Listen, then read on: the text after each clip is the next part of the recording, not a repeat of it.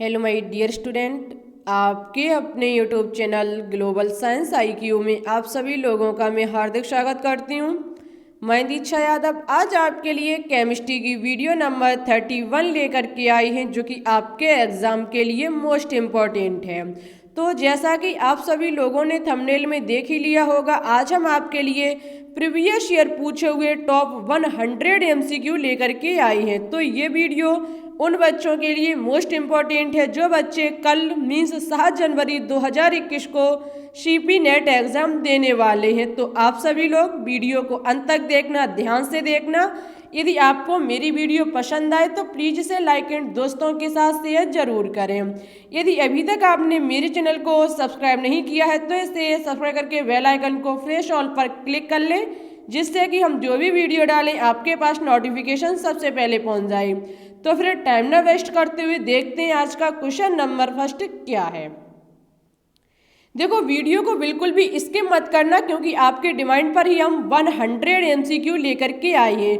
और आपको जब क्वेश्चन सभी आपके कंप्लीट हो जाएं उसके बाद आपको कमेंट बॉक्स में बताना होगा कि आज का 100 में से आपका स्कोर क्या रहा। ठीक है, हमको भी पता चले कि आपकी तैयारी कैसे चल रही है। और आप सभी लोगों को मेरी तरफ से ऑल द बेस्ट।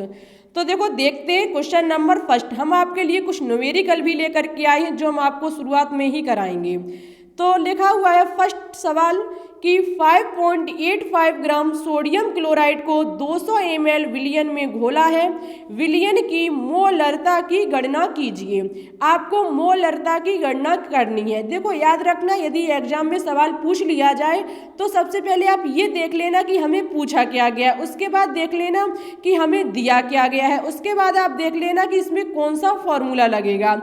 आप चुटकियों में सवाल को सॉल्व कर दोगे। ठीक है, मोलरता पूछी गई है जिसे कैपिटल M से व्यक्त किया जाता है। ठीक है, कैपिटल M बराबर फॉर्मूला होता है विलय के मोलों की संख्या बटे विलयन का आयतन लीटर में। हम इससे संबंधित पहले ही वीडियो अपलोड कर चुके हैं, तो आप केमिस्ट्री की प्लेलिस्ट में जा करके देख सकते हो। जो भी इंपॉर्टेंट न्यूमेरिकल थे हम वो पहले ही लगवा चुके हैं। ठीक है, विलय के मोलों की संख्या बटे विलयन का आयतन लीटर में। आपको विलय की मोलों की संख्या सबसे पहले पता होनी चाहिए।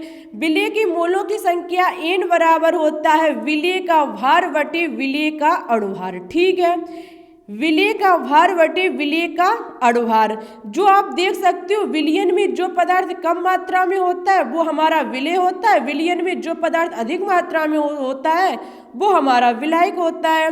तो यहाँ पर 5.85 ग्राम सोडियम क्लोराइड 200 ml विलयन में घुला है, तो हमारा जो 5.85 है वो हमारा विलय है। ठीक है, विलय है हमारा सोडियम क्लोराइड। तो देखना, हम निकालेंगे मोलों की संख्या। N बराबर भार कितना है 5.85। ठीक है, जब आप अणुभार निकालोगे सोडियम क्लोराइड का तो आपका निकल के आएगा 58.5।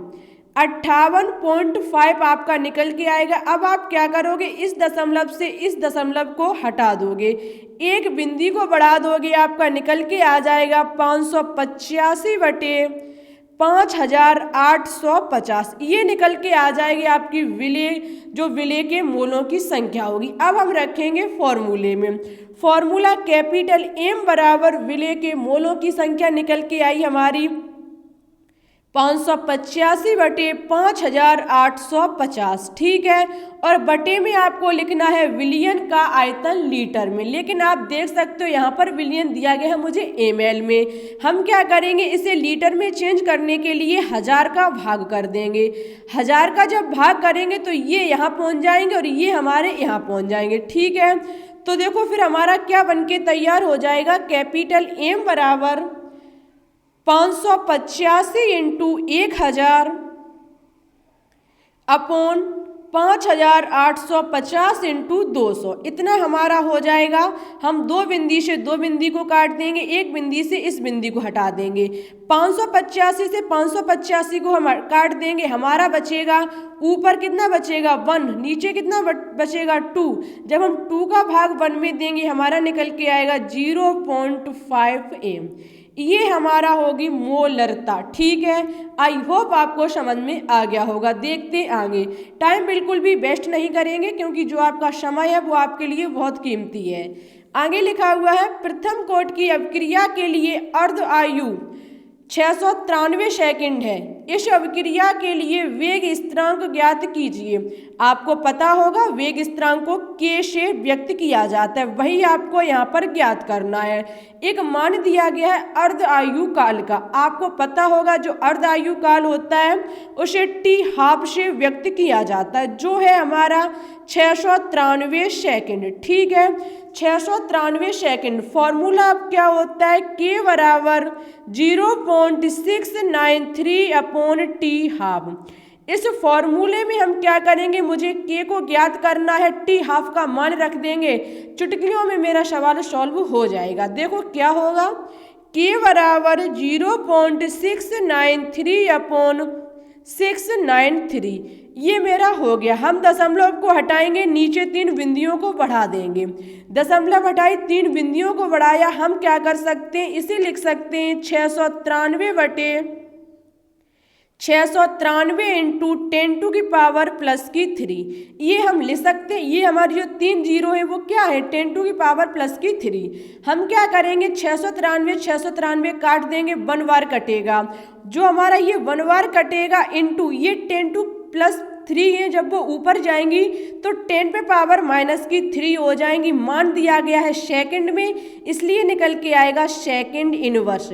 यदि हमें मान मिनट में दिया जाता तो हमारा मिनट इनवर्स में इसका मात्रक माना जाता। याद रखना, सवाल को देख करके सॉल्व करना। यदि सेकंड में होगा तो मात्रक भी सेकंड इनवर्स में होगा, क्योंकि इस समय जो समय है वो हमारा नीचे है, जब वो ऊपर जाएगा तो क्या हो जाएगा, सेकंड इनवर्स। ठीक है, आगे देखते हैं। आगे लिखा हुआ है K3FeCN का होल 6 में Fe की ऑक्सीकरण संख्या है। आपको जो K3FeCN का होल 6 में Fe की ऑक्सीकरण संख्या ज्ञात करनी है। आपको इजी से इजी और हार्ड से हार्ड इस वीडियो में क्वेश्चन मिलेंगे। प्लीज़ ज़्यादा से ज़्यादा इस वीडियो को शेयर करें अपने दोस्तों के साथ। आपको Fe की ऑक्सीकरण संख्या निकालनी है। जिसकी ऑक्सीकरण संख्या निकालनी है उससे आप x मान लीजिए। ठीक है, अब आप क्या करोगे, सबसे पहले आपको पता होनी चाहिए कि किसकी ऑक्सीकरण संख्या कितनी होती है। आपको पता होगा पोटेशियम हमारा वर्ग 1 का एलिमेंट है, और वर्ग 1 के सभी एलिमेंट की ऑक्सीकरण संख्या प्लस की 1 होती है। ठीक है, प्लस की 1। पोटेशियम की कितनी होगी, प्लस की 1, और इसके अणु कितने, 3, तो 3 इंटू प्लस की 1। ठीक है, फिर आप क्या करोगे, प्लस का निशान लगाओगे। Fe आपकी ज्ञात करनी है तो x से मान लोगे। ठीक है, प्लस उसके बाद Cn की जो ऑक्सीकरण संख्या होती है वो माइनस की 1 होती है। इसके अणु जो है वो है 6 माइनस की 1। यदि यहाँ पर कोई भी चार्ज होता तो हम बराबर के इधर लिख देते, यदि नहीं है तो हम उसे 0 मान लेंगे। ठीक है, इस समीकरण को हम सॉल्व करेंगे तो हमारा हो जाएगा प्लस की 3 प्लस की x और प्लस माइनस की 6 बराबर 0। एक बात और याद रखना, ऑक्सीकरण संख्या में प्लस और माइनस का बहुत ज़्यादा महत्व है। ठीक है, अब आप देख सकते हो x बराबर माइनस की 6 इधर जाएंगी तो प्लस की 6 हो जाएंगी, प्लस की 3 इधर जाएंगी तो माइनस की 3 हो जाएंगी। प्लस की 6 माइनस की 3 से प्लस की 6 अधिक है, वो भी कितनी है, प्लस की 3, तो x बराबर प्लस की 3 निकल के आएगा, जो मेरी Fe की ऑक्सीकरण संख्या होगी, क्योंकि Fe को हमने यहाँ पर x माना था। ठीक है, इस हिसाब से ऑप्शन नंबर C होगा वो इस क्वेश्चन का राइट होगा, प्लस की 3। चलते हैं नेक्स्ट क्वेश्चन पर। आज का टारगेट है 1K व्यू। आपको 1K व्यू करके दिखाने होंगे इस वीडियो पर। ठीक है, तो प्लीज़ ज़्यादा से ज़्यादा अपने दोस्तों के साथ इस चैनल को शेयर करें, इस वीडियो को शेयर करें, क्योंकि ओनली आज ही का आपके पास टाइम। और एक बात और आपसे मुझे कहनी थी, यदि आपको जितने भी हमने आज दिन तक 31 वीडियो अपलोड की उनमें से यदि कोई भी क्वेश्चन आए, हम तो कहते हैं भगवान सभी क्वेश्चन आपके एग्जाम में फंस जाया करके आपका एग्जाम बहुत अच्छे से हो। यदि आपको कोई भी क्वेश्चन याद रहे तो प्लीज़ उसे आप कमेंट बॉक्स में लिख देना आकर के कि ये क्वेश्चन आया था एग्जाम में। ठीक है, केमिस्ट्री से संबंधित कोई भी क्वेश्चन यदि आपको याद रहे तो कमेंट बॉक्स में ज़रूर लिखें आकर के, और ये ज़रूर बताएं आकर के कि आपका एग्ज़ाम कैसा हुआ और कितने क्वेश्चन मेरे चैनल के द्वारा आए आपके एग्जाम में। ठीक है, आगे लिखी हुई है CuNH3 का होल 4 2+ आयन में Cu की ऑक्सीकरण संख्या है। CuNH3 का होल 4 2+ में आयन में Cu की ऑक्सीकरण संख्या है। आपको यहाँ पर कॉपर की ऑक्सीकरण संख्या ज्ञात करनी है। जिसकी ज्ञात करनी है उसे आप x मान लीजिए। यहाँ पर हम x Cu को मान लेंगे प्लस आप सभी लोगों को पता होगा कि NH3 जो होती है उसकी ऑक्सीकरण संख्या 0 होती है। यहाँ इसके अणु कितने हैं 4 इंटू हम कर देंगे 0 बराबर का चिन्ह लगाएंगे। यदि कोई चार्ज है तो लिख देंगे, नहीं है तो हम 0 मान लेंगे। आप देख सकते हो इस पर +2 चार्ज पहले से दिया गया है। ठीक है, उसके बाद हम 4 का गुणा जब 0 में करेंगे तो हमारा 0 आएगा बराबर +2। इधर हम 0 को इधर भेजेंगे, कोई मतलब नहीं निकल के आएगा। हमारी जो Cu जो हमारी कॉपर की ऑक्सीकरण संख्या होगी वो +2 निकल के आएगी। ऑप्शन नंबर ए जो होगा वो इस क्वेश्चन का राइट होगा। ठीक है, चलते हैं आगे नेक्स्ट क्वेश्चन पर। देखो हम ज़्यादा एक्सप्लेन नहीं करेंगे क्वेश्चन को क्योंकि टाइम आपके पास बहुत कम है। यदि एक्सप्लेन करेंगे तो एक्सप्लेन करते ही रह जाएंगे, तब तक समय निकल जाएगा। ठीक है, आगे लिखा हुआ है निम्नलिखित में से कौन पॉलीएस्टर बहुलक है। निम्नलिखित में से कौन पॉलीएस्टर बहुलक है। तो जो हमारा टेरिलीन होता है वो एक पॉलीएस्टर बहुलक है। ऑप्शन नंबर बी जो होगा वो इस क्वेश्चन का राइट होगा।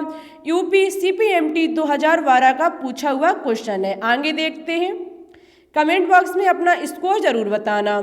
आगे लिखा हुआ है कि निम्न में कौन सा संघनन बहुलक नहीं है। निम्नलिखित में से कौन सा संघनन बहुलक नहीं है। तो देखो इसका ऑप्शन नंबर डी होगा वो राइट होगा। न्यूप्रीन जो है वो एक संघनन बहुलक नहीं है। ठीक है, देखते हैं नेक्स्ट क्वेश्चन को। नेक्स्ट क्वेश्चन है कि निम्नलिखित में कौन सा बहुलक नहीं है। निम्नलिखित में से कौन सा बहुलक नहीं है। तो जो कोलेस्ट्रॉल होगा वो एक बहुलक नहीं होता है। ऑप्शन नंबर ए होगा वो इस क्वेश्चन का राइट होगा, कोलेस्ट्रॉल। ठीक है, देखते हैं नेक्स्ट क्वेश्चन को। वेरी इंपॉर्टेंट क्वेश्चन है कि कांच है, जो कांच है वो क्या है। तो कांच एक अतिशीतित द्रव है। कांच जो होता है वो अतिशीतित द्रव होता है, एक अक्रिस्टलीय ठोस भी इसे कहा जाता है। अतिशीतित द्रव क्यों है। तो आपको पता होगा कांच जो होता है वो ऊपर से नीचे की तरफ बहता है, लेकिन इतना धीमा, और इसकी जो गति होती है बहने की वो बहुत धीमी होती है, जो हम उसे नंगन आंखों से देख भी नहीं सकते हैं। यदि आप पुराने मकानों की खिड़कियों को देखना, बहुत वर्षों पुराने मकानों की यदि खिड़कियों को देखना, तो उनमें जो कांच होगा वो नीचे से मोटा और ऊपर से पतला दिखाई देगा आपको, क्योंकि कांच जो होता है वो गुरुत्वाकर्षण बल के कारण ऊपर से नीचे की तरफ बहता रहता है, जो इतनी धीमी गति से बहता है जिसे हम अपनी नग्न आंखों से देख भी नहीं सकते। देखते हैं नेक्स्ट क्वेश्चन को। नेक्स्ट क्वेश्चन है कि दूध की शुद्धता किसमें मापी जाती है। दूध की शुद्धता किसमें मापी जाती है। तो देखो लैक्टोमीटर में दूध की शुद्धता को मापा जाता है। ऑप्शन नंबर बी जो होगा वो इस क्वेश्चन का राइट होगा। ठीक है, देखते हैं नेक्स्ट क्वेश्चन को। नेक्स्ट क्वेश्चन है, ध्यान से समझना कि नीचे दिए गए विकल्पों में से एक को चुनकर नीचे दिए गए वाक्य को पूर्ण कर कीजिए। आपको इनमें से विकल्प को चुनना है और ये जो वाक्य लिखा हुआ है उसको पूर्ण करना है। वाक्य लिखा हुआ है कि पदार्थ जिसे घोला जाता है फर्स्ट कहलाता है तथा जिसमें यह घुलता है वो क्या कहलाता है। तो देखो पदार्थ जिसे घोला जाता है वो परिक्षिप्त प्रावस्था होती है तथा जिसमें यह घोला जाता है वो परिक्षेपण माध्यम होता है। याद रखना, पदार्थ जिसे घोला जाता है वो परिक्षिप्त प्रावस्था होती है और जिसमें घोला जाता है वो परिक्षेपण माध्यम होती है। यदि आप थोड़ा भी दिमाग लगाओगे तो आपको समझ में आ रहा होगा ये विलेय और विलायक का खेल है। विलेय जो होता है वो हमेशा विलायक में घोला जाता है, विलेय को हमेशा विलायक में घोला जाएगा। ठीक है, उसी प्रकार से यहाँ कह रहा है कि जिसे घोला जाएगा वो परिक्षिप्त प्रावस्था और जिसमें घोला जाएगा वो परिक्षेपण माध्यम होगा। ठीक है, ऑप्शन नंबर सी जो होगा वो इस क्वेश्चन का राइट होगा। देखते हैं नेक्स्ट क्वेश्चन को।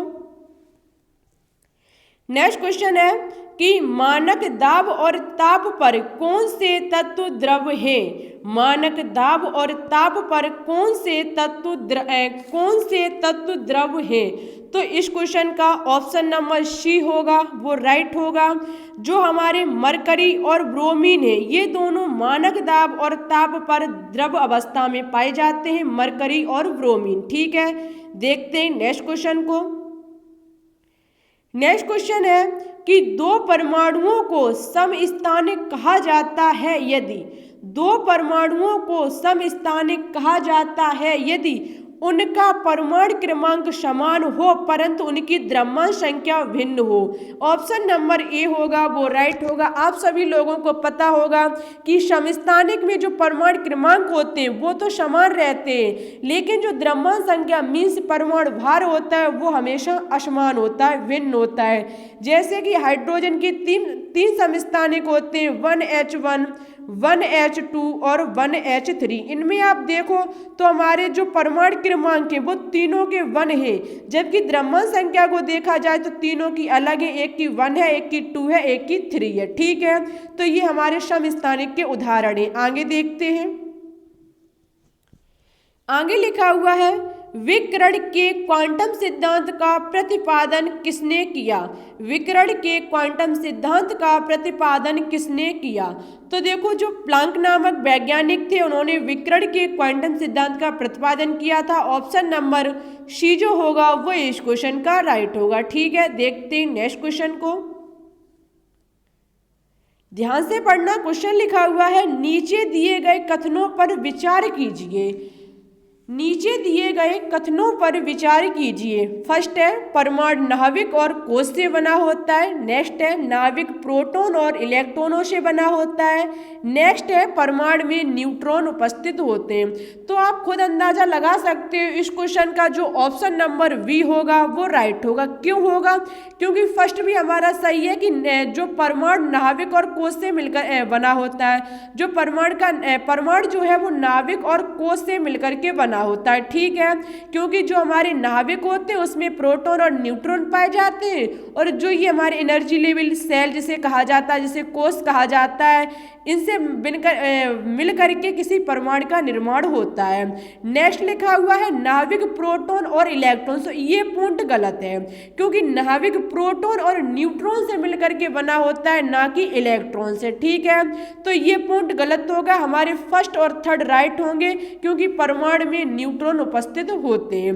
इस हिसाब से ऑप्शन नंबर बी होगा वो इस क्वेश्चन का राइट होगा। देखते हैं नेक्स्ट क्वेश्चन को। नेक्स्ट क्वेश्चन है कि निम्न में से कौन सा क्लोरीन का सही इलेक्ट्रॉनिक विन्यास है।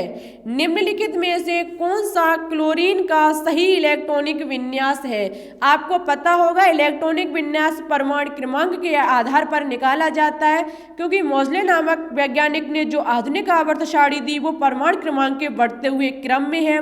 तो क्लोरीन का परमाणु क्रमांक 17 होता है। 17 के अनुसार देखा जाए तो ऑप्शन नंबर बी होगा वो इस क्वेश्चन का राइट होगा।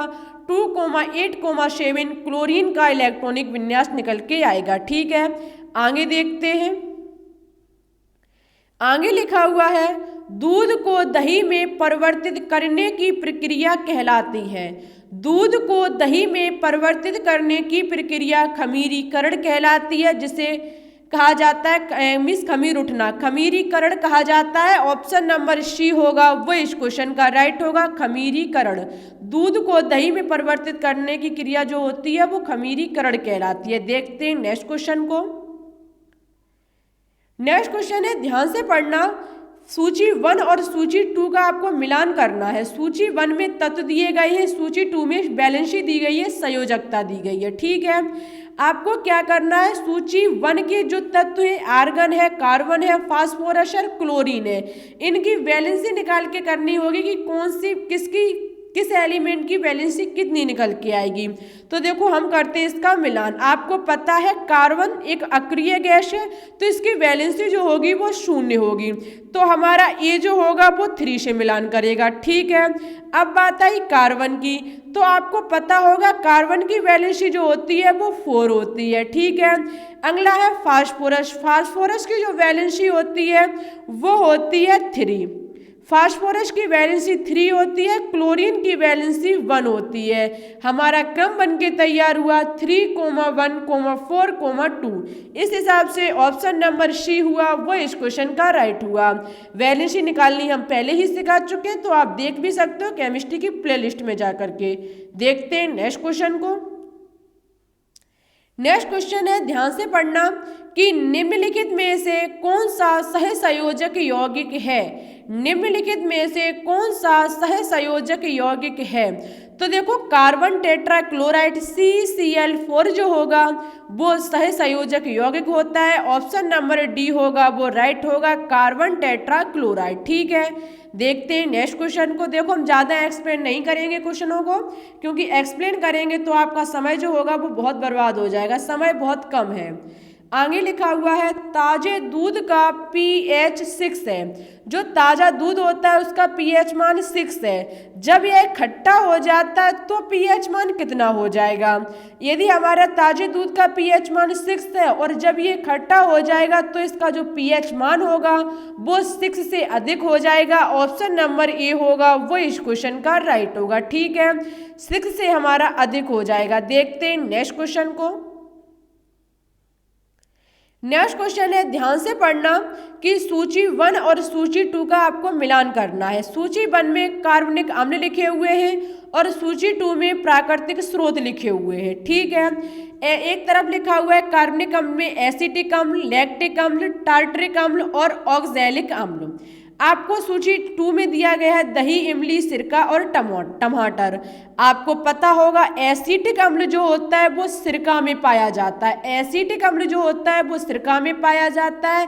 लैक्टिक अम्ल जो होता है वो दही में पाया जाता है, जबकि जो टार्टरिक अम्ल होता है वो खट्टे पदार्थों में इमली में पाया जाता है और ऑक्सैलिक अम्ल जो होता है वो हमारा टमाटर में पाया जाता है। इस हिसाब से क्रम बन के तैयार हुआ 3, 1, 2, 4। ठीक है, एक बार हम फिर से बताते हैं। एसिटिक अम्ल जो होता है वो सिरका में पाया जाता है, लैक्टिक अम्ल जो होता है वो दही में पाया जाता है, टार्टरिक अम्ल जो होता है वो इमली में पाया जाता है, ऑक्सैलिक अम्ल जो होता है वो टमाटर में पाया जाता है। ठीक है, ऑप्शन नंबर ए होगा वो इस क्वेश्चन का राइट होगा। कूट हमारा बन के तैयार होगा 3, 1, 2, 4। ठीक है, देखते हैं नेक्स्ट क्वेश्चन को। 21 क्वेश्चन है जो कि आपके एग्जाम के लिए मोस्ट इंपॉर्टेंट है कि अम्लराज। याद रखना अम्लराज का दूसरा नाम एक्वारेजिया भी होता है। ठीक है, अम्लराज आयतनानुसार 1:3 1:3 के अनुपात में निम्न का मिश्रण है। जो हमारा अम्लराज होता है एक्वारेजिया होता है उसका जो अनुपात होता है वो 1:3 होता है। ये जो मिश्रण है अम्लराज वो किसका मिश्रण है, मीन्स किसका अनुपात 1:3 होता है जिससे अम्लराज का निर्माण होता है। तो देखो जो हमारा सांद्र नाइट्रिक अम्ल और सांद्र HCl होता है उसका अनुपात 1:3 होता है, तब हमारा अम्लराज मीन्स एक्वारेजिया बन के तैयार होता है। कहने का मतलब है एक आपको जो 1 मोल होंगे वो तो सांद्र नाइट्रिक अम्ल के होंगे और 3 मोल जो होंगे वो सांद्र हाइड्रोक्लोरिक अम्ल के लेने पड़ेंगे, तब आपका अम्लराज बन के तैयार होगा। ऑप्शन नंबर ए होगा वो इस क्वेश्चन का राइट होगा। वेरी इंपॉर्टेंट क्वेश्चन है आपके एग्जाम के लिए। देखते हैं नेक्स्ट क्वेश्चन को। नेक्स्ट क्वेश्चन है कि वाहदल एक कोलाइडी तंत्र है। वाहदल एक कोलाइडी तंत्र है। तो देखो वायु के परिक्षेपण माध्यम में परिक्षिप्त जल बिंदुओं का, वायु के परिक्षेपण माध्यम में परिक्षिप्त जल बिंदुओं का वाहदल एक कोलाइडी तंत्र है। ऑप्शन नंबर डी जो होगा वो इस क्वेश्चन का राइट होगा। देखते हैं नेक्स्ट क्वेश्चन को। नेक्स्ट क्वेश्चन लिखा हुआ है कि संक्षारण किसी धातु का अक्षीयकरणीय क्षय है जिसे कि चांदी का बद रंग होना, लोहे में जंग लगना, कॉपर और पीतल पर हरे रंग का लेप करना, संक्षारण किसका उदाहरण है? सवाल को बहुत अच्छे से पढ़ो कि संक्षारण किसी धातु का ऑक्सीकरणीय क्षय है, जिसे किसी चांदी का वध रंग होना, लोहे में जंग लगना, कॉपर पीतल पर हरे रंग का लेप होना, संक्षारण किसका उदाहरण है? तो संक्षारण एक मंद अभिक्रिया है। जो संक्षारण होती है वो मंद अभिक्रिया, आपको पता होगा लोहे पर जंग लगना एक संक्षारण का उदाहरण है। अब आप कहो कि लोहे पर जंग एक ही दिन में लग जाए, कुछ सेकंडों में ही लग जाए, तो ऐसा संपन्न नहीं है। जो संक्षारण की क्रिया होती है वो कई एक दिनों कई एक वर्षों में संपन्न हो पाती है। ये एक मंद अभिक्रिया है। ठीक है, ऑप्शन नंबर बी होगा वो राइट होगा। ये कई एक दिन ले लेती हैं तब जाकर के लोहे में जंग लगती है। ठीक है, ऑप्शन नंबर बी होगा वो इस क्वेश्चन का राइट होगा। देखते हैं नेक्स्ट क्वेश्चन को। नेक्स्ट क्वेश्चन लिखा हुआ है, किसी अभिक्रिया में अवकारकों की सांद्रता उत्पादों की सांद्रता के बराबर है, अभिक्रिया की इस अवस्था को कहते हैं। बहुत ही इजी क्वेश्चन है। किसी अभिक्रिया में अवकारकों की जो सांद्रता है वो उत्पादों की सांद्रता के बराबर है, अभिक्रिया की इस अवस्था को कहते हैं। यदि अभिक्रिया दोनों पक्षों में समान हो रही है, मीन्स हमारी रासायनिक साम्य अवस्था आ जाएगी। ऑप्शन नंबर बी होगा वो इस क्वेश्चन का राइट होगा। जब अब किसी भी रिएक्शन के दोनों पक्षों का जो मान होता है वो बराबर हो जाती है, सांद्रता जो होती है वो बराबर हो जाती है, तो जो अवस्था कहलाती है वो रासायनिक साम्य अवस्था कहलाती है। ठीक है, देखते हैं नेक्स्ट क्वेश्चन को।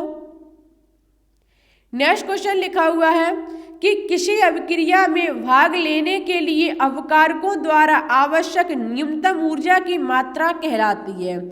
किसी अभिक्रिया में भाग लेने वाले अवकारकों द्वारा आवश्यक न्यूनतम ऊर्जा की मात्रा कहलाती है, तो ये सक्रिय ऊर्जा कहलाती है। ऑप्शन नंबर बी होगा वो इस क्वेश्चन का राइट होगा। जो निम्नतम ऊर्जा होगी वो हमारी सक्रिय ऊर्जा होगी। ऑप्शन नंबर बी होगा वो इस क्वेश्चन का राइट होगा। देखो, आप लोगों के डिमांड पर ही हम 100 MCQ लेकर के आए हैं। जब हम सुबह से लगे हैं तब कहीं जाकर के 100 MCQ हमने ढूंढ पाए और इनको सेट करके तब आपके लिए लेकर के आए। हमने कहा था शाम 7 बजे के समथिंग आपको वीडियो मिल जाएगी और हम लेकर के भी आए।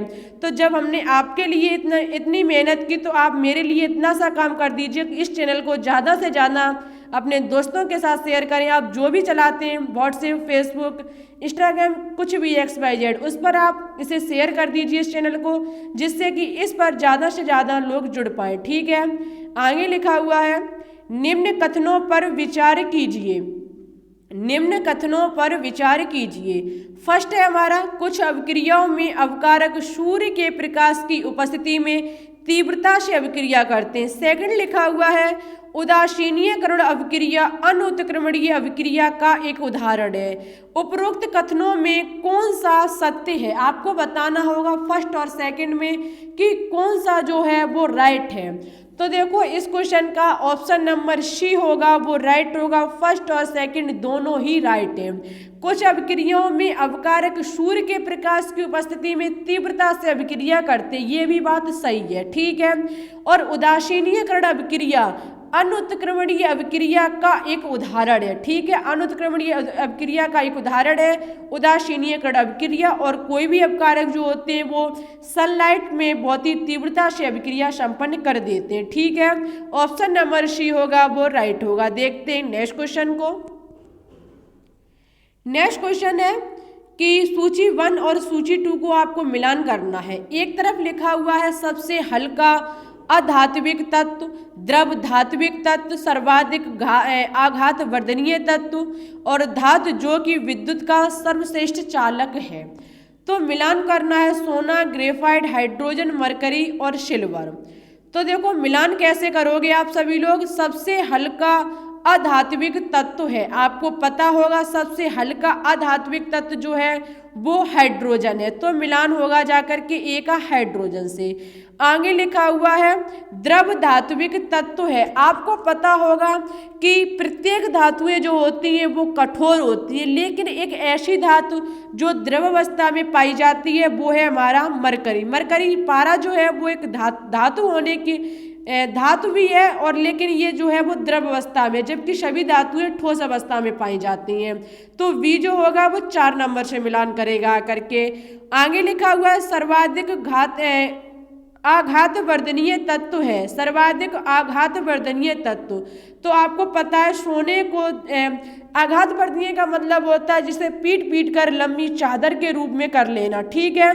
तो सोने को हम कितना भी पीटे, पतली से पतली चादर का रूप धारण ये कर सकता है सोना जो होता है।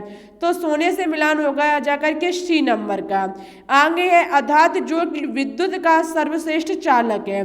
तो आपको पता होगा ग्रेफाइट जो होता है वो विद्युत का सर्वश्रेष्ठ चालक होता है। यहाँ करेगा आकर के डी मिलान। 5 नंबर जो दिया गया वो आपको फंसाने के लिए दिया गया है, इस पर आपको नजर नहीं डालनी है, ठीक है। क्रम बन के तैयार हुआ 3 4 1 2। इस हिसाब से ऑप्शन नंबर डी होगा वो इस क्वेश्चन का राइट होगा। देखते हैं नेक्स्ट क्वेश्चन को। नेक्स्ट क्वेश्चन है लेड संचायक वेंट्री में निम्न में से कौन सा अम्ल प्रयुक्त किया जाता है। लेड संचायक वेंट्री में निम्न में से कौन सा अम्ल प्रयुक्त किया जाता है। तो सल्फ्यूरिक अम्ल जो होता है वो लेड संचायक वेंट्रियों में प्रयुक्त किया जाने वाला अम्ल है, जिसका फॉर्मूला H2SO4 होता है, सल्फ्यूरिक अम्ल, ठीक है। देखते हैं नेक्स्ट क्वेश्चन को। नेक्स्ट क्वेश्चन लिखा हुआ है अयस्क को वायु की अनुपस्थिति में इसके गलन बिंदु से नीचे गर्म करना क्या कहलाता है। अयस्क को वायु की अनुपस्थिति में, जो कोई भी अयस्क है उसे वायु की अनुपस्थिति में इसके गलन बिंदु से नीचे गर्म करना क्या कहलाता है। तो इसे कहा जाता है निस्तापन। ऑप्शन नंबर ए होगा वो इस क्वेश्चन का राइट होगा, निस्तापन, ठीक है। देखते हैं नेक्स्ट क्वेश्चन को। नेक्स्ट क्वेश्चन है जब जल स्वयं रासायनिक रूप से किसी तत्व या खनिज के साथ मिलता है तो उसे कहते हैं। जब जल स्वयं रासायनिक रूप से किसी तत्व या खनिज के साथ मिलता है तो उसे कहते हैं जल योजन। जल योजन कहा जाता है। ऑप्शन नंबर सी होगा वो इस क्वेश्चन का राइट होगा, ठीक है। देखते हैं नेक्स्ट क्वेश्चन को। नेक्स्ट क्वेश्चन है कि पटाखों में तेज सफेद प्रकाश लाने के लिए निम्नलिखित धातुओं में से किस एक का प्रयोग किया जाता है। पटाखों में तेज सफेद प्रकाश लाने के लिए निम्नलिखित धातुओं में से किस एक धातु का प्रयोग किया जाता है। तो मैग्नीशियम धातु का प्रयोग किया जाता है। ऑप्शन नंबर बी होगा वो राइट होगा। जो पटाखे होते हैं उनमें तेज सफेद प्रकाश जो आता है वो मैग्नीशियम के कारण आता है, ठीक है। ऑप्शन नंबर बी होगा वो राइट होगा। देखते हैं नेक्स्ट क्वेश्चन को। नेक्स्ट क्वेश्चन है कि लोहे की कीलें नीले कॉपर सल्फेट के विलयन में डुबाई जाती हैं। कुछ समय पश्चात लोहे की कीलें जब नीले कॉपर सल्फेट के विलयन में डुबाई जाती हैं तो कुछ समय पश्चात लोहे की कीलें नहीं घुलती हैं और नीला रंग उड़ जाता है, ठीक है। ऑप्शन नंबर डी होगा वो राइट होगा। जब लोहे की कीलें नीले कॉपर में, कैसे कॉपर में, नीले कॉपर सल्फेट के विलयन में डुबाई जाती हैं तो कुछ समय पश्चात जो लोहे की कीलें होती हैं वो घुलना बंद कर देती हैं और नीला रंग जो होता है वो भी उड़ जाता है, ठीक है। ऑप्शन नंबर डी होगा वो इस क्वेश्चन का राइट होगा। देखते हैं नेक्स्ट क्वेश्चन को।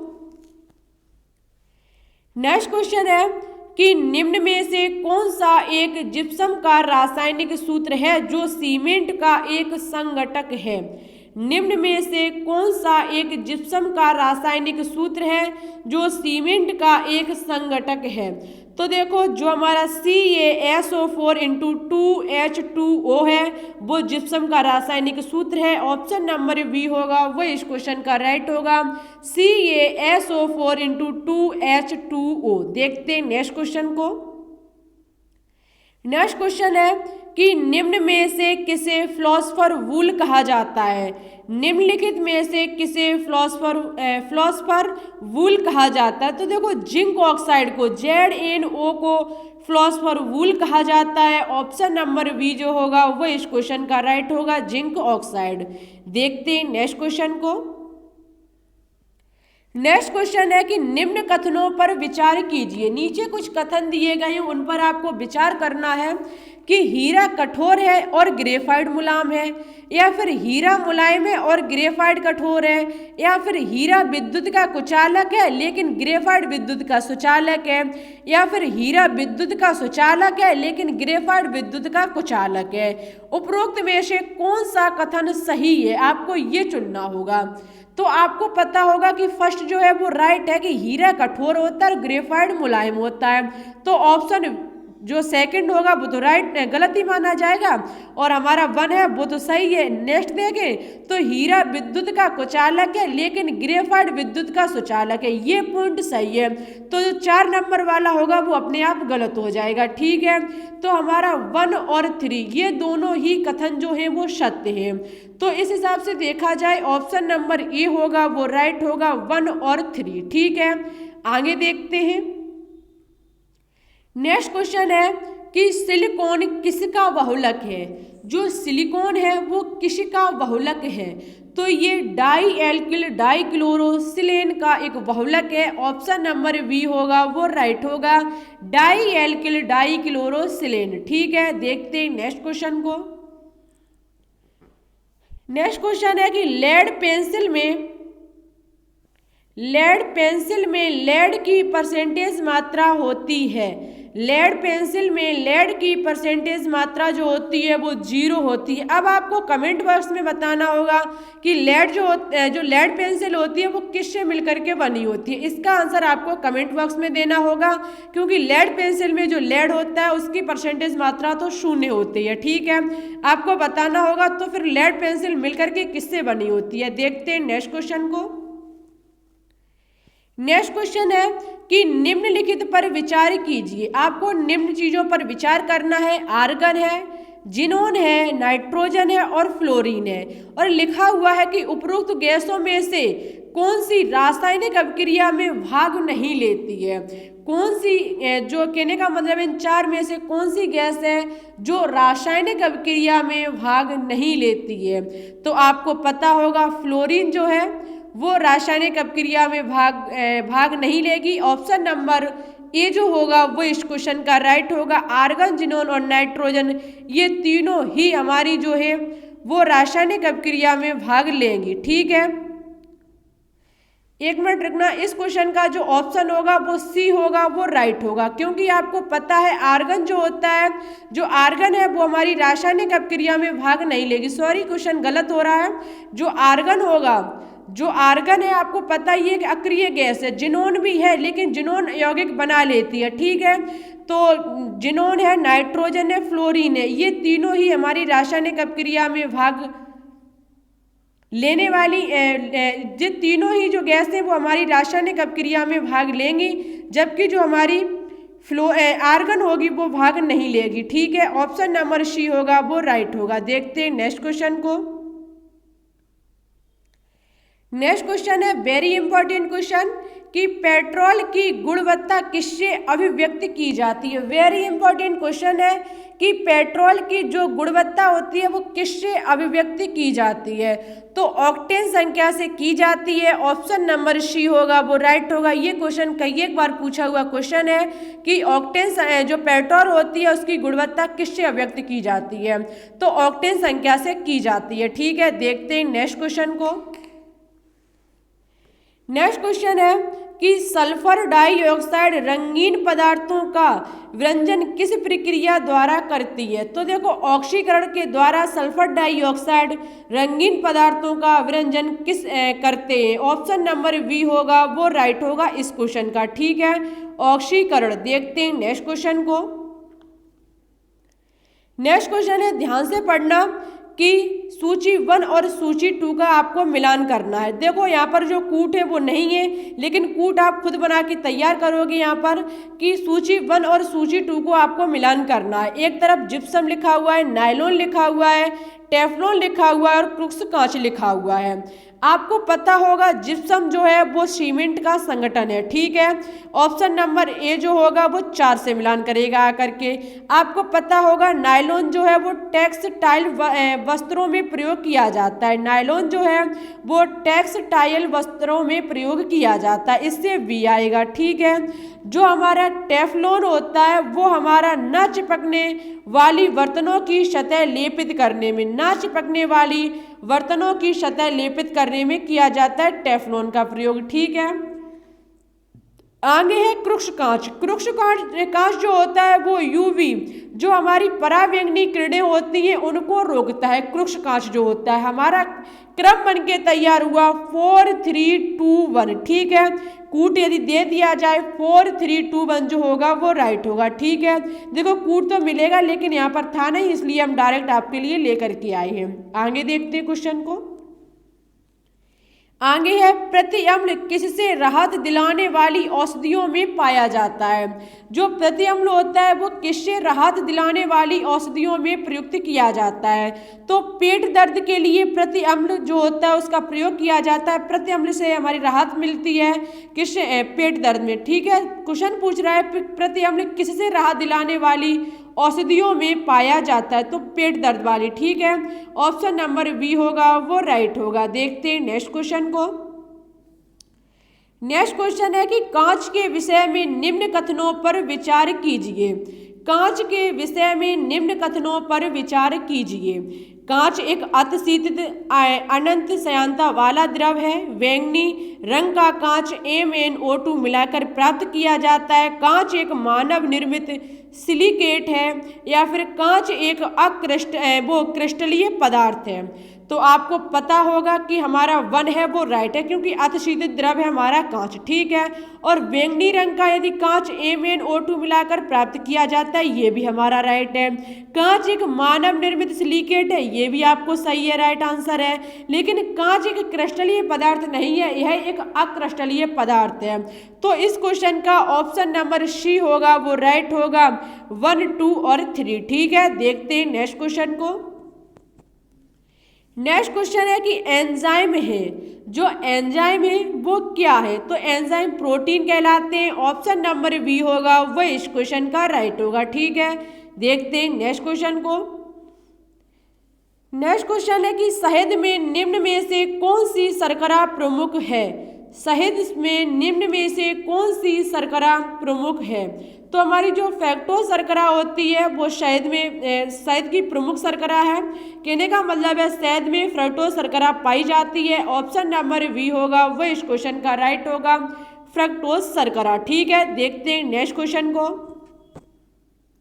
नेक्स्ट क्वेश्चन है, ध्यान से देखना, इंपॉर्टेंट क्वेश्चन है कि सूची 1 और सूची 2 का मिलान कीजिए। एक तरफ लिखा हुआ है उनके नाम और एक तरफ लिखा हुआ है फॉर्मूले, जैसे कि एल्केन है, एल्कीन है, एल्काइन और एल्कोहल है। इनके आपको बताने होंगे कि कौन सा जो कहने का मतलब है सूत्र होता है वो क्या है। आपको पता होगा एल्केन का फॉर्मूला होता है CnH2n+2। ए नंबर हमारा 2 से मिलान करेगा, ठीक है। एल्कीन का फॉर्मूला होता है CnH2n, बी से करेगा। एल्काइन जो होता है उसका फॉर्मूला होता है CnH2n-2, यहाँ करेगा आकर के 4 नंबर से C। एल्कोहल जो होता है वो CnH2n+1OH होता है, ठीक है। यहाँ करेगा D। क्रम बन के तैयार हुआ 2 1 4 3। ऑप्शन नंबर बी होगा वो इस क्वेश्चन का राइट होगा, ठीक है। देखते हैं नेक्स्ट क्वेश्चन को। नेक्स्ट क्वेश्चन है, देखो हम ज़्यादा एक्सप्लेन नहीं कर रहे हैं क्वेश्चनों को क्योंकि समय बहुत कम है। समान अणुभार लेकिन विभिन्न संरचनाओं वाले यौगिक कहलाते हैं। समान अणुभार लेकिन विभिन्न संरचनाओं वाले यौगिक जो होते हैं वो समावयवी कहलाते हैं, जिनका अणुभार तो समान होता है लेकिन जो संरचना होती है वो भिन्न होती है, वो हमारे समावयवी यौगिक कहलाते हैं। ऑप्शन नंबर ए होगा वो इस क्वेश्चन का राइट होगा, समावयवी यौगिक। देखते हैं नेक्स्ट क्वेश्चन को। नेक्स्ट क्वेश्चन है कि क्लोरोफॉर्म के विषय में निम्नलिखित में से कौन से कथन सही हैं। क्लोरोफॉर्म के विषय में निम्नलिखित में से कौन से कथन सही हैं। द्रव ईंधन, संवेदनाहारक जिसे निश्चेतक कहा जाता है, फॉस्जीन उत्पन्न करना या फिर अग्निशामक। तो आपको पता होगा कि इसका जो ऑप्शन नंबर सी होगा वो राइट होगा। क्लोरोफॉर्म के विषय में ये सही है, ये निश्चेतक के रूप में प्रयोग की जाती है और इससे फॉस्जीन उत्पन्न किया जाता है। फॉस्जीन एक विषैली गैस है जिसका फॉर्मूला COCl2 होता है, COCl2, जबकि क्लोरोफॉर्म का CHCl3 होता है। ठीक है, फॉस्जीन जो होती है वो एक अत्यंत विषैली गैस होती है जिसे रंगीन बोतलों में रखा जाता है। देखते हैं नेक्स्ट क्वेश्चन को। नेक्स्ट क्वेश्चन है कि हरे फलों को कृत्रिम रूप से पकाने के लिए प्रयुक्त गैस है।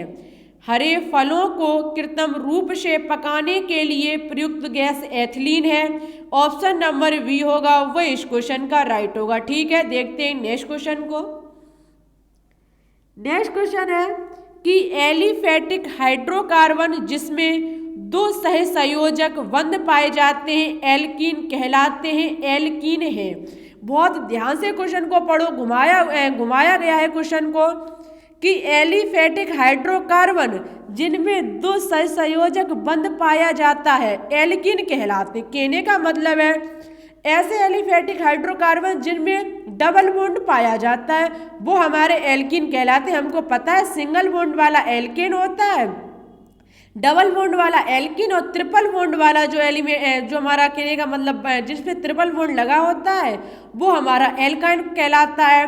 जो एल्कीन है वो है क्या, तो ये एक असंतृप्त हाइड्रोकार्बन है, क्योंकि जो हमारे एल्कीन और एल्काइन होते हैं वो असंतृप्त हाइड्रोकार्बन कहलाते हैं, जबकि जो हमारा एल्केन होता है वो हमारा संतृप्त हाइड्रोकार्बन कहलाता है। ठीक है, आई होप आपको समझ में आ गया होगा। देखते हैं नेक्स्ट क्वेश्चन को।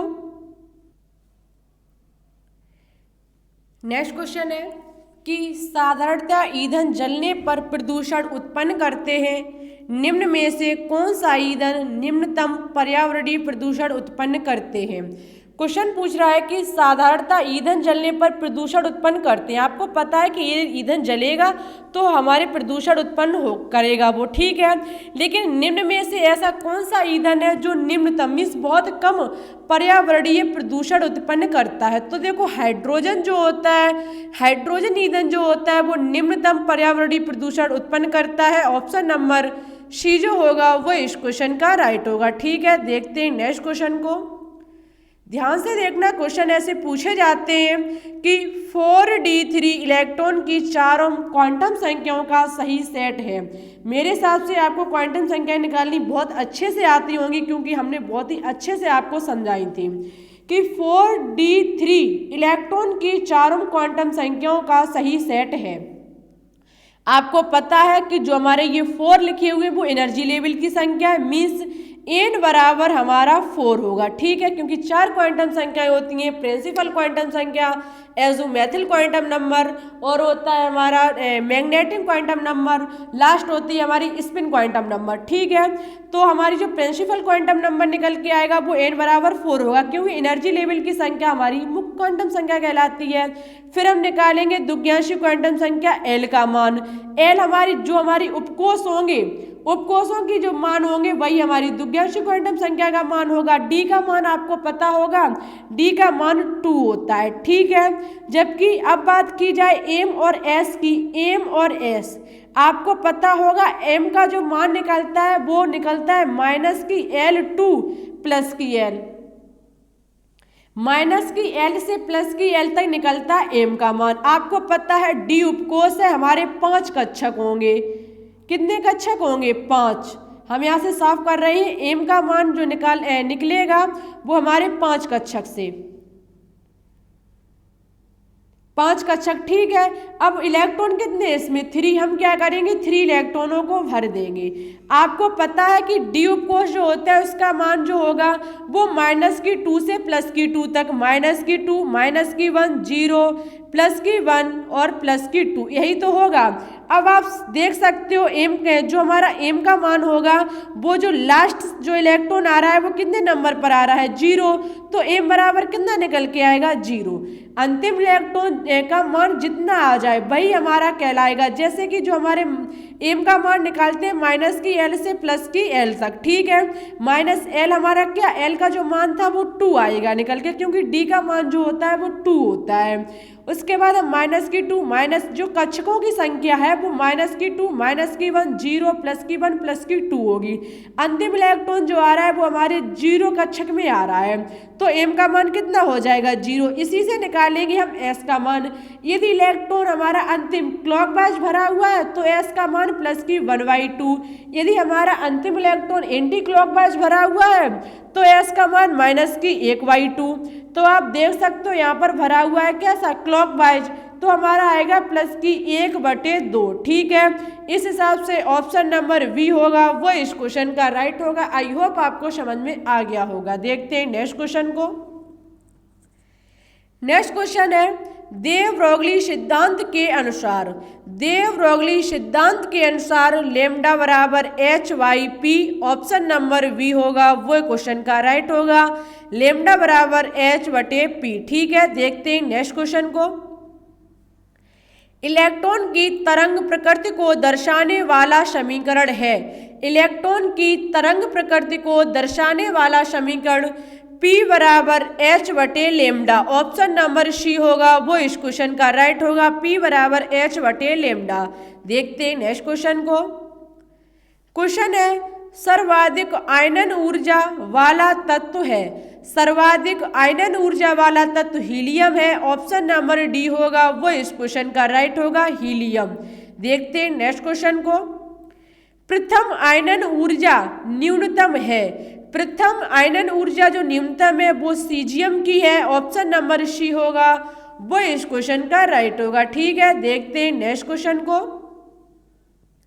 ध्यान से पढ़ना क्वेश्चन को कि H2S गैस है जबकि H2O द्रव है, इसका कारण है।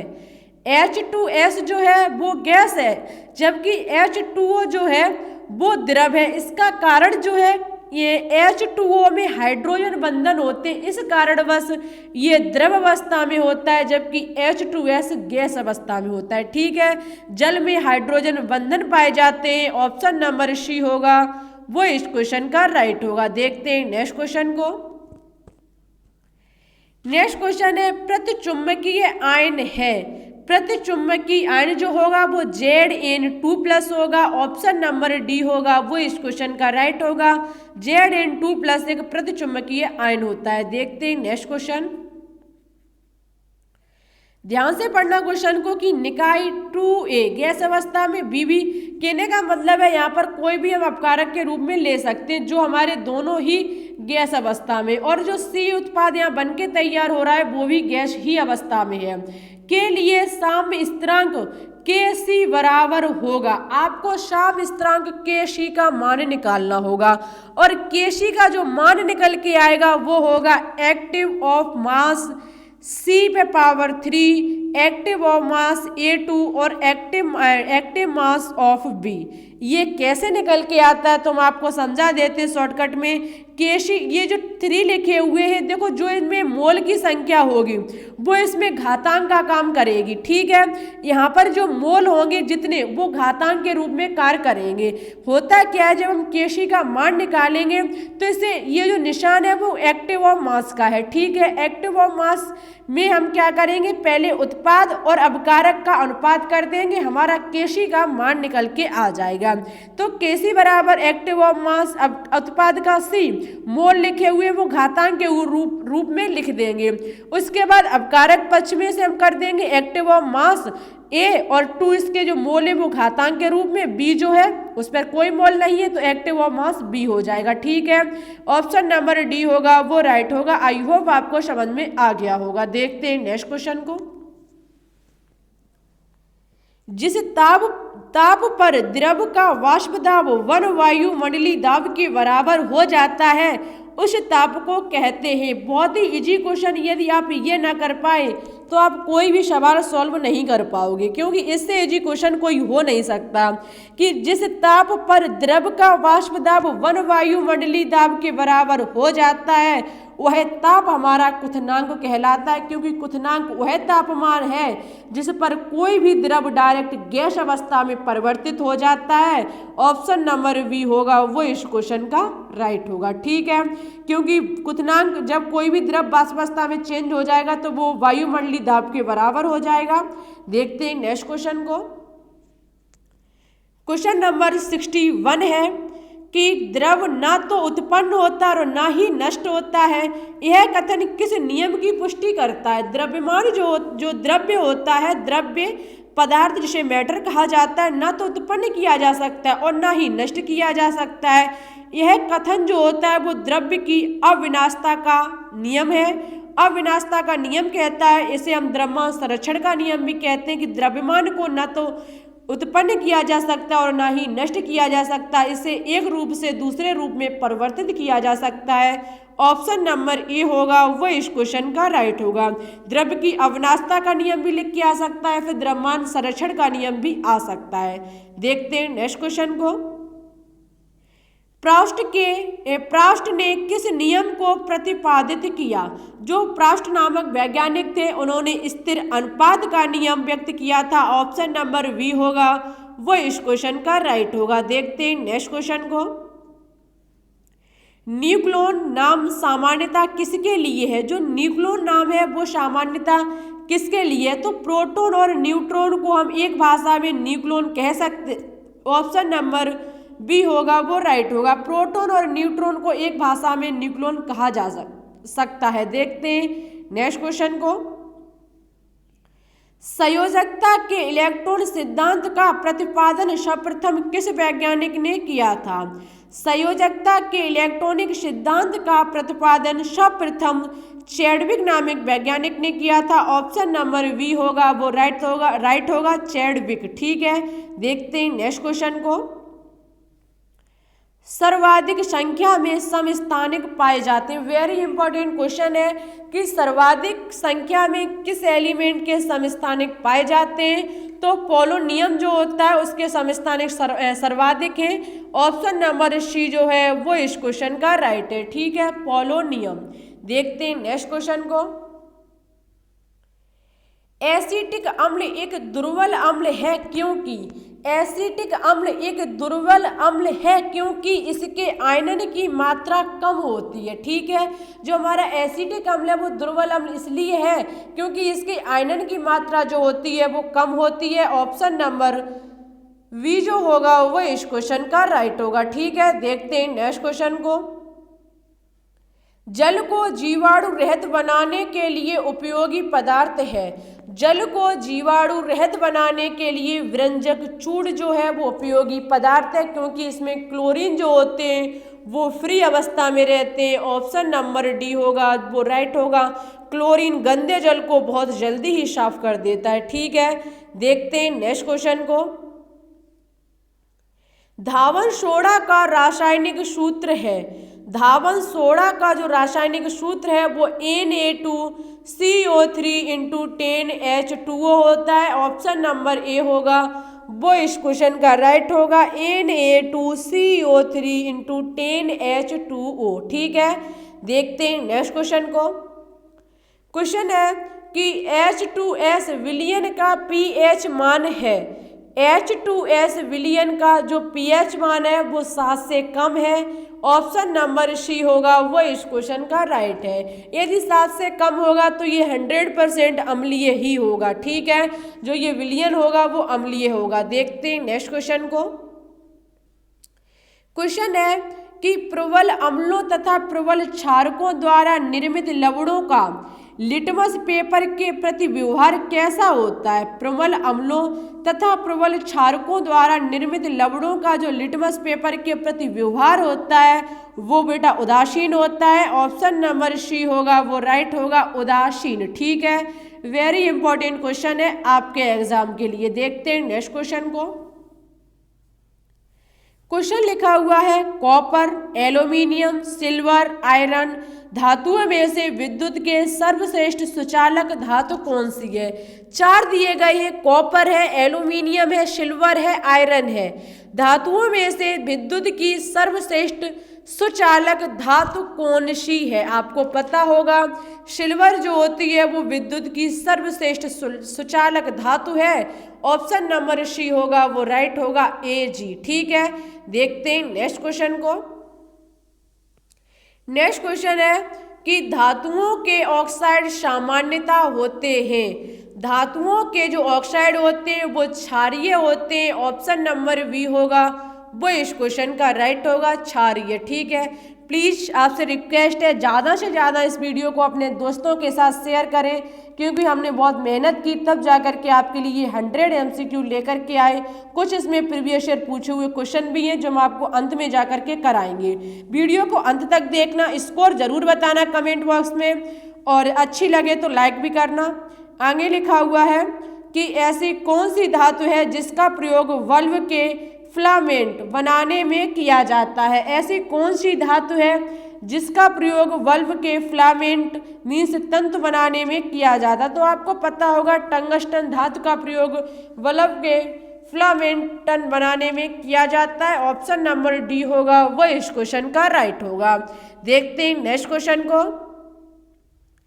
कार्बनिक यौगिकों का मुख्य स्रोत है। जो कार्बनिक यौगिक होते हैं उनका मुख्य स्रोत कोल, तार तथा पेट्रोलियम होता है। ऑप्शन नंबर सी होगा वो इस क्वेश्चन का राइट होगा, कोल, तार तथा पेट्रोलियम। ठीक है, देखते हैं नेक्स्ट क्वेश्चन को। क्वेश्चन है कि कार्बनिक यौगिकों के निर्माण का जैव शक्ति सिद्धांत दिया गया था। कार्बनिक यौगिकों के निर्माण का जैव शक्ति सिद्धांत जो दिया गया था वो बर्जीलियस द्वारा दिया गया था। ऑप्शन नंबर सी होगा वो इस क्वेश्चन का राइट होगा, बर्जीलियस द्वारा। ठीक है, देखते हैं नेक्स्ट क्वेश्चन को।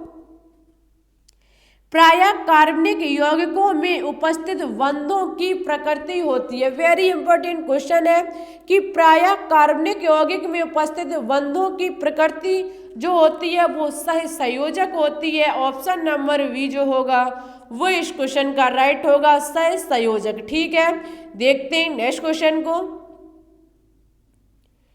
क्वेश्चन है कि एसिटिल्डिहाइड का IUPAC नाम है।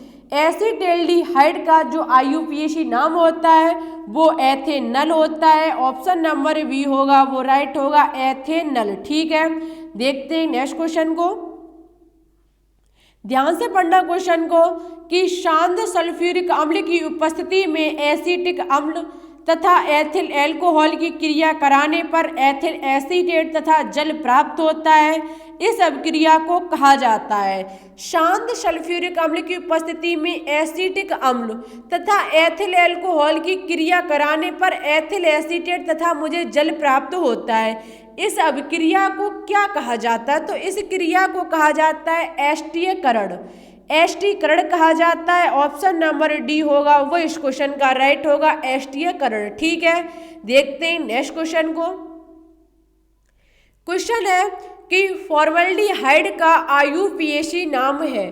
फॉर्मल्डिहाइड का जो IUPAC नाम है वो मेथेनल है। ऑप्शन नंबर वी होगा वो इस क्वेश्चन का राइट होगा, मेथेनल। ठीक है, देखते हैं नेक्स्ट क्वेश्चन को।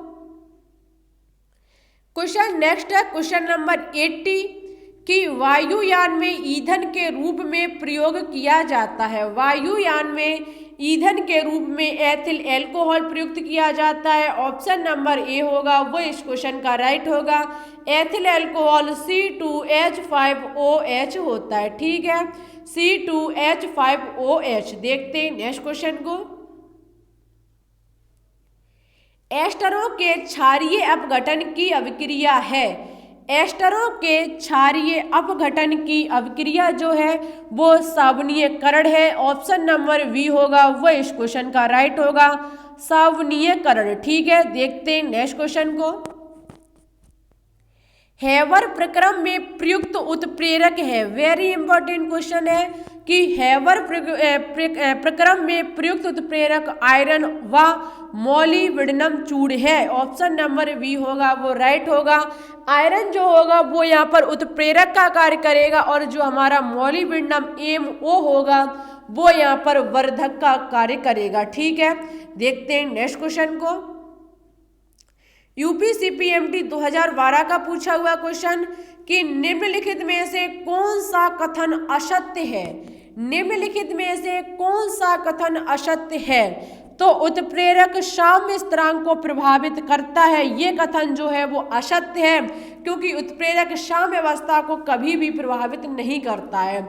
ऑप्शन नंबर सी होगा वो इस क्वेश्चन का राइट, बट कथन जो होगा वो असत्य माना जाएगा। ठीक है, देखते हैं नेक्स्ट क्वेश्चन को।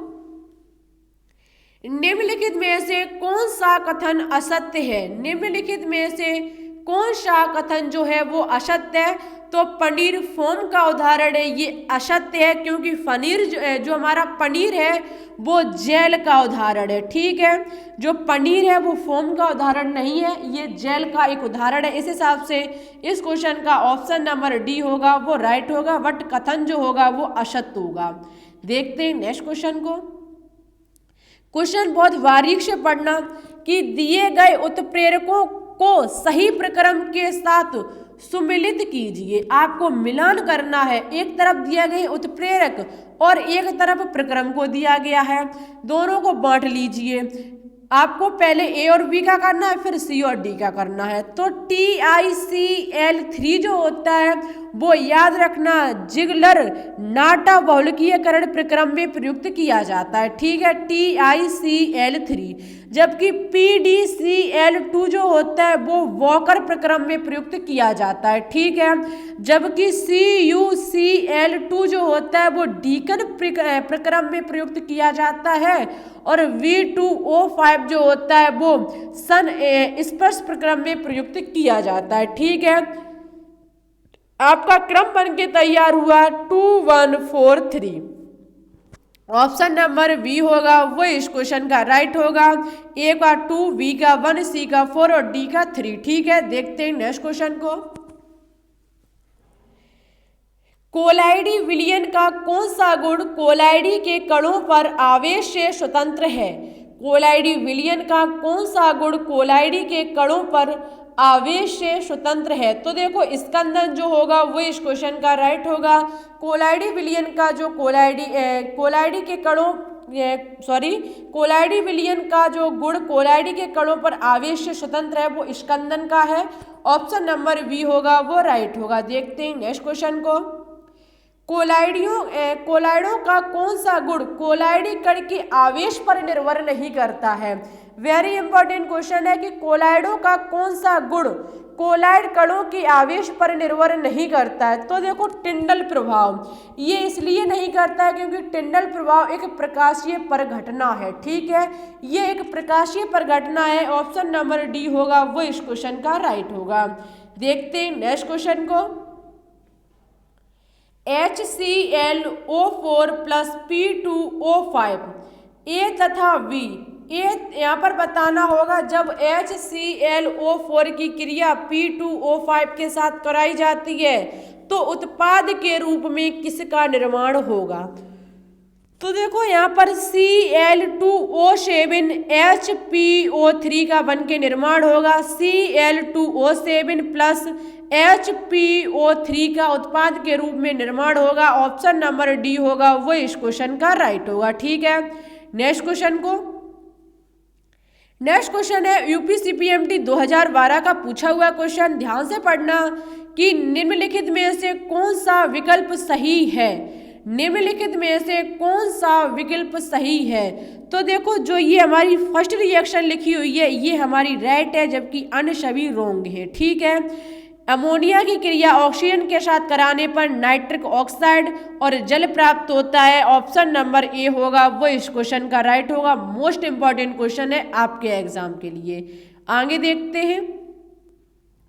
आगे लिखा हुआ है कॉल्वे अभिक्रिया।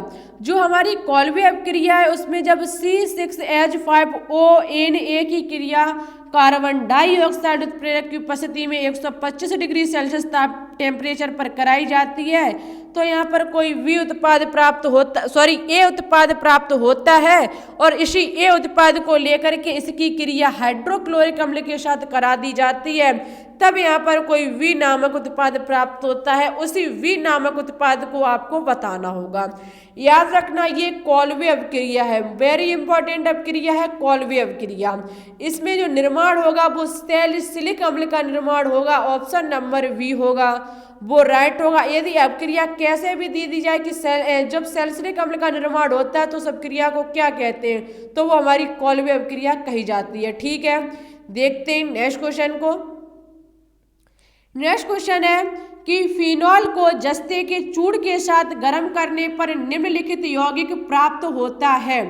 फिनॉल को जस्ते के चूड़ के साथ जब गर्म किया जाता है तो कौन सा यौगिक बनके तैयार होता है, तो बेंजीन जो होगा वो बनके तैयार होगा। C6H6 बेंजीन का फॉर्मूला होता है C6H6, यही बनके तैयार होगा। ठीक है, देखते हैं नेक्स्ट क्वेश्चन को। वीडियो लंबी हो गई लेकिन आपके एग्जाम के लिए वेरी इंपॉर्टेंट है, आपके ही डिमांड पर हम ये 100 MCQ लेकर के आए।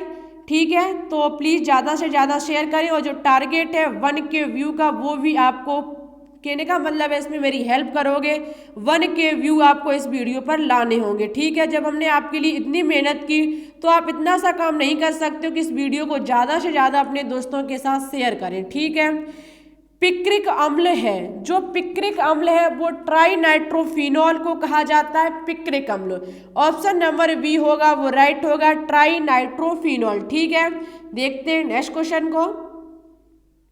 नेक्स्ट क्वेश्चन है कि निम्न में से किसका गलनांक सर्वाधिक है। निम्नलिखित में से किसका गलनांक सर्वाधिक है। एसिटिक अम्ल का गलनांक सर्वाधिक होता है जिसका फॉर्मूला CH3COOH होता है। ठीक है, इसका जो गलनांक होता है वो सर्वाधिक होता है। देखते हैं नेक्स्ट क्वेश्चन को। निम्नलिखित में से किस में धातु उपस्थित नहीं है। निम्नलिखित में से किस में जो धातु है वो उपस्थित नहीं है, तो विटामिन सी में धातु उपस्थित नहीं होती है, ऑप्शन नंबर डी होगा वो इस क्वेश्चन का राइट होगा। ठीक है, देखते हैं नेक्स्ट क्वेश्चन को। और प्लीज़ वीडियो अच्छी लगे लाइक करना और ये जरूर बताना आकर एग्जाम के बाद कि आपका एग्जाम कैसा रहा, ना आप कमेंट भी ना करो आकर के, क्योंकि जब हमने आपके लिए इतना सब कुछ किया तो आप इतना तो बता ही सकते हो आकर के कि एग्जाम कैसा रहा और कितने, और जो भी आपको क्वेश्चन याद रहे वो आप कमेंट बॉक्स में ज़रूर लिख दें आकर के, और कितने क्वेश्चन मेरे द्वारा आपको मिले वो भी आप बताएं आकर के। आगे देखो, देखते हैं, लिखा हुआ है H2O2 प्रयुक्त होता है। जो हाइड्रोजन परऑक्साइड होता है वो जो प्रयुक्त होता है वो ऑक्सीकारक, अपचायक तथा अम्ल के रूप में प्रयुक्त होता है। जो हाइड्रोजन परऑक्साइड होता है वो ऑक्सीकारक, अपचायक और अम्ल तीनों के रूप में प्रयुक्त होता है। ठीक है, देखते हैं नेक्स्ट क्वेश्चन को। नेक्स्ट क्वेश्चन है कि निम्नलिखित में से कौन सा सर्वाधिक क्षारीय है। निम्नलिखित में से कौन सा सर्वाधिक क्षारीय है, तो VaOH का होल ट्वाइस जो होगा वो यौगिक वो सर्वाधिक क्षारीय यौगिक होगा, ऑप्शन नंबर डी होगा वो इस क्वेश्चन का राइट होगा, VaOH का होल ट्वाइस। ठीक है, देखते हैं नेक्स्ट क्वेश्चन को। UPCPMT 2011 का पूछा हुआ क्वेश्चन कि निम्न में से कौन सा सही नहीं है। निम्नलिखित में से कौन सा सही नहीं है, तो देखो इस क्वेश्चन का ऑप्शन नंबर होगा ए वो गलत होगा, सॉरी ऑप्शन नंबर ए होगा वो तो राइट होगा, लेकिन ये कथन जो होगा वो रॉन्ग होगा।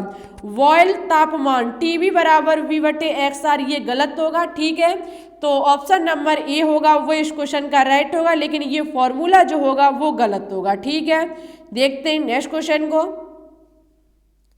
कृत्रिम मधुरक जो केवल ठंडी परिस्थिति में ही स्थायी है।